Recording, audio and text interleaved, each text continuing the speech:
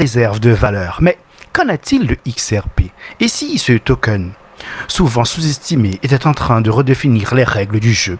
Avec plus de 6 millions de portefeuilles actifs, une communauté ultra enragée, XRP fait une entrée remarquée sur Wall Street grâce à un tout nouveau ETF. Mais ce n'est pas tout. Transactions quasi instantanées, tokenisation des actifs, intégration de la finance traditionnelle à la DeFi, XRP ne se contente pas d'exister, il construit. Les institutionnels commencent à le comprendre. Alors, XRP, simple actif spéculatif ou véritable révolution en marche? On en parle aujourd'hui. Les amis, les potos, bienvenue. Je pense qu'à ce stade, c'est clair que le Bitcoin est une meilleure forme de monnaie que l'or. Il est extrêmement rare, tout comme l'or, mais il est plus portable et divisible, donc on peut réellement l'utiliser. Je dirais qu'il a une utilité supérieure, et c'est l'actif qui a les meilleures performances au cours des 10 dernières années.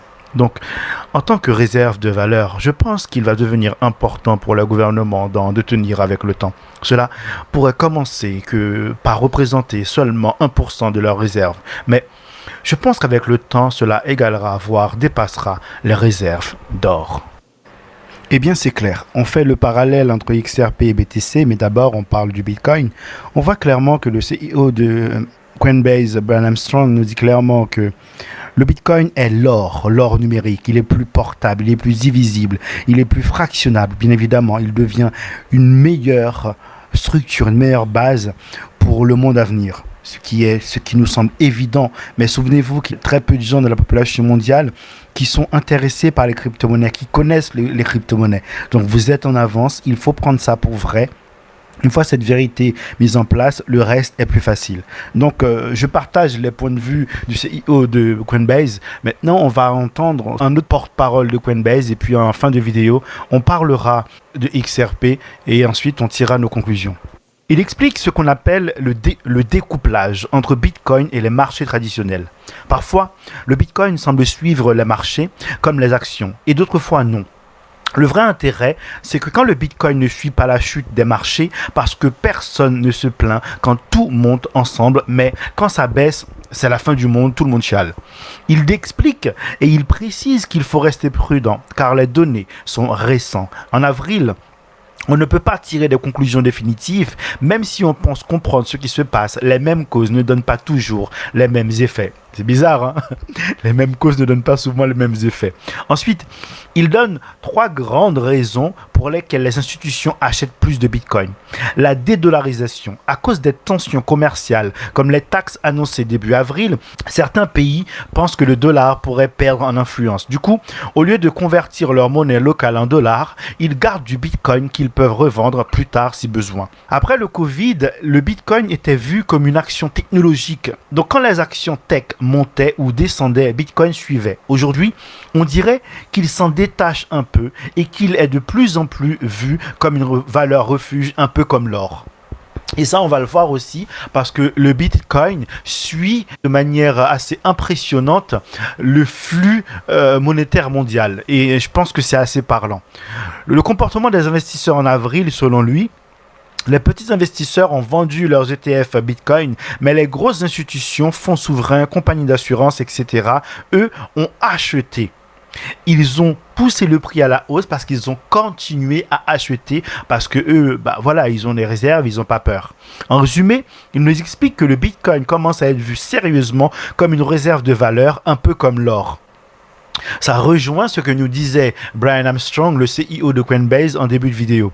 Il nous explique qu'il pourrait devenir une alternative au dollar si la tendance à la dédollarisation se confirme. Vous savez, je pense que le dollar change de forme et qu'il devient juste du Bitcoin. Allez, on continue. Mais en bref, ce qu'il faut comprendre, c'est que il ne faut pas céder à la panique. Il faut comprendre ce marché pour ce qu'il est. C'est un basculement, un changement, et se positionner sur les actifs les plus structurants, les plus puissants, les actifs racines. Bitcoin, XRP, Solana. Vous voyez ce que je veux vous dire?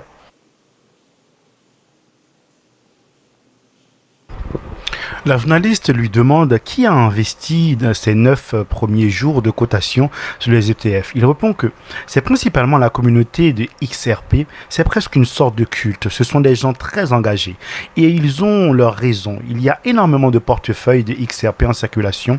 Je crois qu'on parle de 6 millions. Donc on sait qu'il y avait une forte demande pour accéder au XRP via un produit financier plus Wall Street, c'est-à-dire plus traditionnel.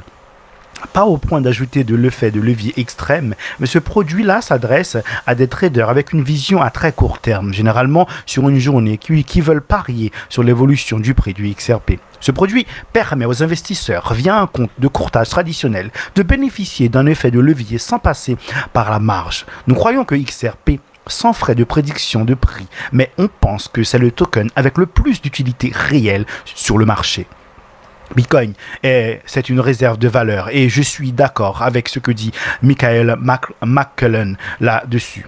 Mais XRP a une véritable utilité, c'est indéniable. Les échanges qu'on a eus avec leur équipe montrent qu'ils sont très professionnels, qu'ils savent ce qu'ils font et qu'ils vont réussir. On va avoir une transformation de la finance traditionnelle Wall Street qui va fusionner avec la DeFi, la finance décentralisée. Et à terme, la DeFi va dominer, même si ça prendra plus de temps que ce que les gens pensent. Mais ce sera beaucoup plus efficace, avec des transactions réglées en 3 à 5 secondes, ce qui est énorme. En concernant l'utilité de XRP, beaucoup de gens pensent que XRP ne sert qu'à la spéculation, mais ce n'est pas vrai. Oui, on peut spéculer dessus, mais bien sûr qu'il est disponible en bourse. Mais à la base, XRP a été créé avec Ripple pour faciliter les transactions, notamment le transfert d'argent. Aujourd'hui, ils vont beaucoup plus loin. Ils travaillent à tout tokeniser à travers une infrastructure de seconde couche qu'ils ont développée. Ils viennent même de racheter une société de courtage agréée, ce qui montre leurs intentions de lier leurs finances traditionnelles à la DeFi. C'est une avancée majeure, une vraie rupture technologique, même si, encore une fois, il prendra du temps à se développer. Et pour la suite, ils ont aussi déposé une demande pour créer un ETF inversé qui permet de parier à la baisse. On verra ce que ça donnera. Ils rappellent qu'ils ont été les premiers à faire approuver un fonds Bitcoin sous la loi 33, le fameux ETF de Grayscale. Ensuite, il y a eu un procès lié à cette approbation, puis la SEC, devenue entre-temps ancienne, a bloqué tous les projets. Mais eux, ils continuent d'avancer. C'est ce en quoi ils croient. Bitcoin comme réserve de valeur, XRP comme token à forte utilité réelle et c'est déjà en train de se produire. Donc voilà, avant d'attaquer la deuxième partie de la vidéo, on vient clairement de comprendre que XRP est un actif important, il a une autre utilité que le BTC. Le BTC est une réserve, une structure de base. Et puis ensuite, XRP, lui, c'est autre chose. Tokenisation, cross-border payment et tout ce qu'il avait prévu est en train de se réaliser. Il a été créé, structuré pour ça. Parce que, regardez, quand vous regardez les Simpsons, vous dites oui, les Simpsons font des prédictions. Les Simpsons ne font pas de prédictions. Les Simpsons vous parlent d'un plan. C'est un plan, juste un plan. Un plan qui a été mis en place, le plan se réalise. C'est pas de la prédiction, c'est pas être visionnaire, c'est pas être médium, c'est des conneries tout ça. C'est juste un plan. Et XRP a été créé, il y a un plan pour XRP, il y a un plan pour pas mal de choses. Donc le plan, c'est que XRP devienne, avec le BTC, l'un des actifs les plus importants du nouveau système. Maintenant, je vais couper la vidéo en deux parce que sinon elle sera trop longue pour que vous puissiez avoir la suite et vous partager des informations assez pertinentes et je suis persuadé que ces informations pourraient vous aider à voir plus large et avoir une meilleure vision et par extrapolation mieux balancer, équilibrer vos billes, d'accord? Avant la grosse chute, j'ai fait une très belle rotation des capitaux, ce qui fait que j'ai été vraiment très très serein durant cette chute et je pense que voilà, j'étais tranquille. Pourquoi? Parce que j'ai recueilli énormément d'informations, je les ai connectées et ça a motivé cette rotation, donc motivé mes actions. C'est pour ça que je vous dis sans cesse qu'il faut récupérer les informations, qu'il faut les connecter, qu'il faut réfléchir. Sans ça, on est juste des animaux, quoi. Il faut réfléchir. Bon, les animaux réfléchissent, c'est un peu... Non, c'est réducteur ce que je viens de dire et je le retire. C'est pas ce que je voulais dire. Sans ça, on se laisse juste aller et on ne gouverne pas notre destin. C'est le plus approprié. Allez, je vous retrouve sur la partie numéro 2 de la vidéo.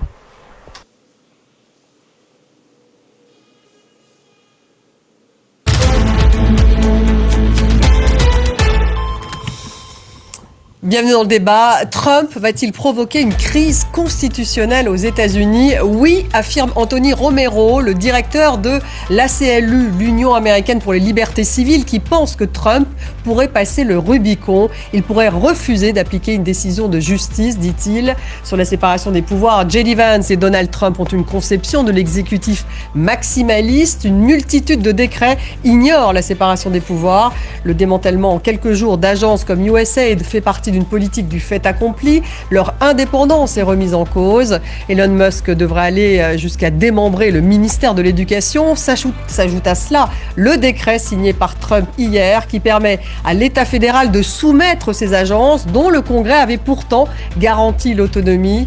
L'administration Trump pourrait elle-même aller jusqu'à remettre en cause l'autonomie de la Fed, la Réserve fédérale américaine, la Banque centrale des États-Unis. C'est bien sûr une question qu'on se pose. Et puis quid du Congrès qui est censé contrôler tous ces budgets? Les juges s'emparent de ces sujets, ils lancent des procédures. Alors jusqu'où ira l'administration Trump dans sa casse et sa soumission des agences à l'administration fédérale? Où en est la séparation des pouvoirs? Trump va-t-il provoquer une crise constitutionnelle? Voilà les questions que nous avons posées à nos invités. J'ai le plaisir d'avoir Hélène Kuntz à mes côtés. Bonsoir. Bonsoir. Merci d'être là. Vous êtes professeur à l'INSEC Paris. Bonsoir à vous, bienvenue. Pierre Gervais est avec nous ce soir. Bonsoir. Bonsoir. Professeur de civilisation américaine à l'université Sorbonne Nouvelle. Bienvenue à vous également.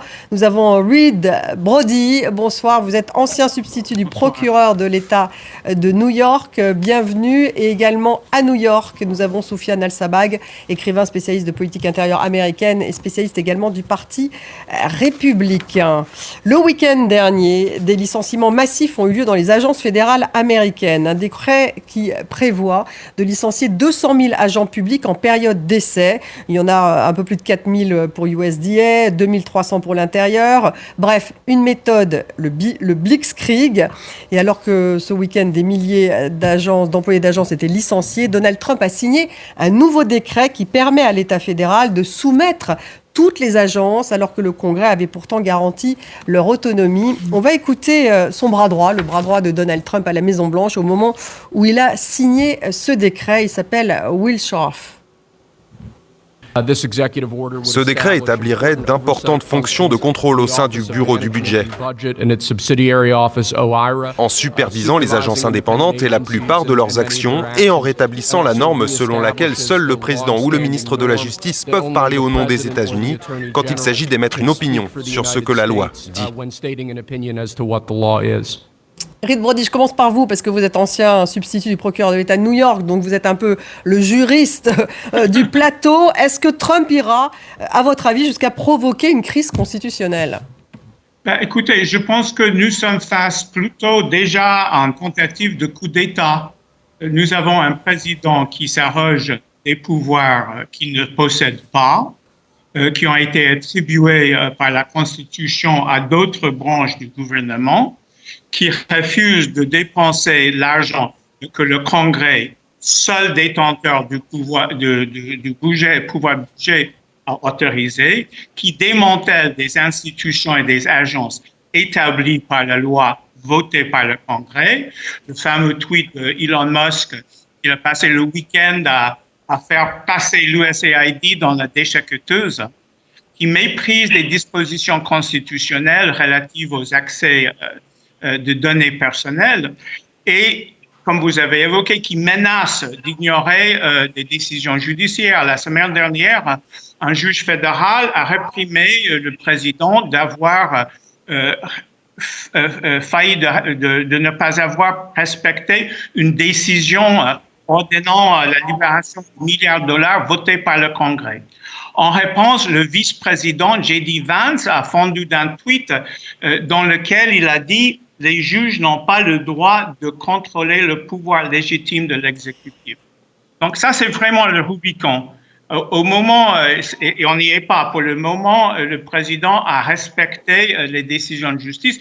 Il fait appel, il critique les juges, mais il n'a pas encore refusé de suivre une décision de justice. Mais je pense que déjà, on est sur ce qu'on pourrait appeler une tentative de coup d'État. Donc, vous tentative de coup d'État, mais pas encore de crise constitutionnelle, Hélène Kounce. Vous êtes d'accord, bon, pour revenir sur ces agences, on entend bien tout de même que dans ce décret, l'idée, c'est de soumettre l'ensemble de ces agences, c'est-à-dire